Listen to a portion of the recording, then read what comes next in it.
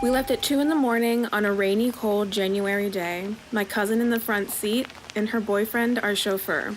The trunk was packed with bags, signs reading girl power and the future is female, and the most important thing, my camera bag. Lying down in the back seat, listening to the trickle of the rain hitting the roof of the car and sliding down the glass, I was trying to picture in my mind what the next day would be like. We left Cincinnati, Ohio, and started our 8-hour car ride to our hotel in Columbia, Maryland.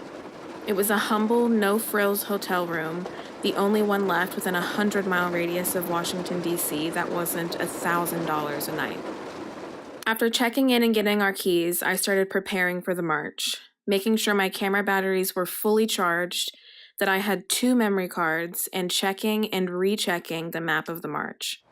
Later in the afternoon, we drove about 20 minutes away to the Greenbelt Metro station to purchase our Metro cards. The Metro station was crawling with people with their arms full of souvenirs from the inauguration. They were smiling and laughing, wearing brand new, crisp white t-shirts stretched over their coats with American flags on them, and red hats proudly placed on their heads.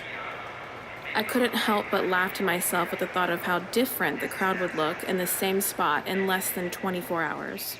We headed back to our hotel to eat dinner and get ready. I set alarms for 3:45, 4:15, and 4:30 a.m. to make sure we were up and out the door by 5:30.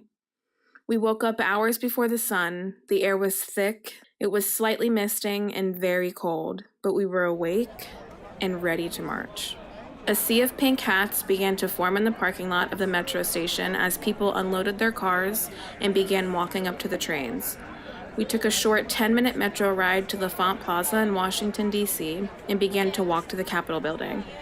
By 7:30 a.m., we made it to the start of the march, getting in line at the corner of Independence Avenue and 3rd Street Southwest.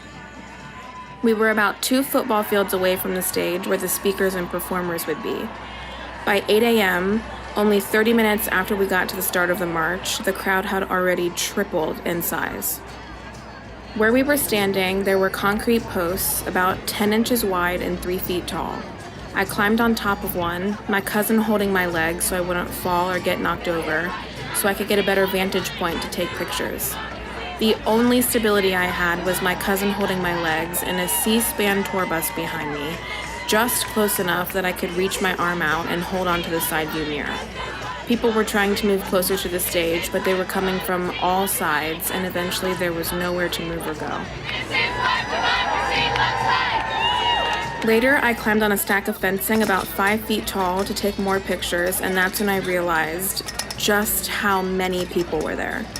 I couldn't see the street or grass or any sidewalks. There were people in trees, people climbing on top of buildings, and people hanging off the street lampposts all around me.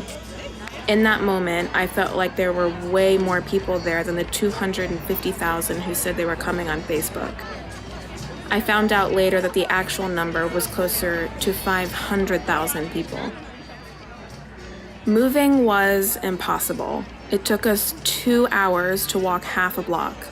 The cell towers were so overloaded that there was no cell service, so making sure that my cousin and I didn't get separated was an absolute priority. Walking through the side streets, there were several mini marches that people had just started on their own. I tell people that it was the best and worst day of my life. In the moment, I was so overwhelmed, listening to the chants and shouts, moving in the slow shuffling, clapping lines, climbing and scrambling my way onto that stack of fencing. It almost felt like I was dreaming. But when I really step back and remember my experience, I am proud to say that I was one of the almost 5 million people worldwide who marched on January 21st, 2017.